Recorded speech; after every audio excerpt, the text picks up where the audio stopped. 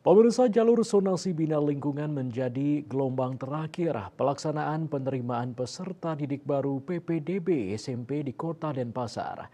Sebanyak 3.937 siswa yang mendaftar di jalur ini.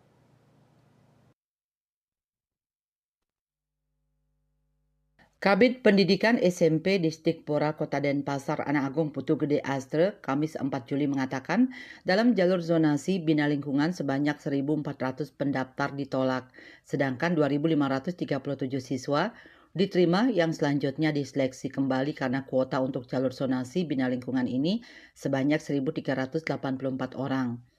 Terdiri dari kuota asli sesuai Juknis 1048 dan sebanyak 336 siswa merupakan pengalihan dari jalur prestasi perpindahan tugas orang tua dan afirmasi.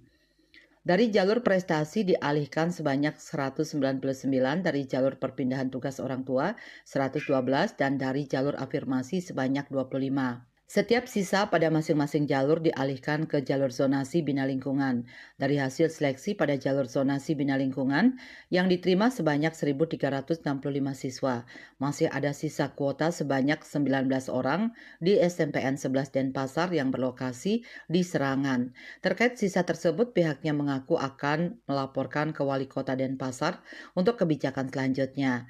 Sedangkan untuk pendaftaran ulang bagi calon peserta didik baru yang dinyatakan lulus di semua jalur dilaksanakan pada Senin sampai Rabu atau 8 hingga 10 Juli 2024. Caranya mereka harus mengunggah surat pernyataan daftar ulang pada website pendaftaran. Widya Stuti Bisnis Bali melaporkan.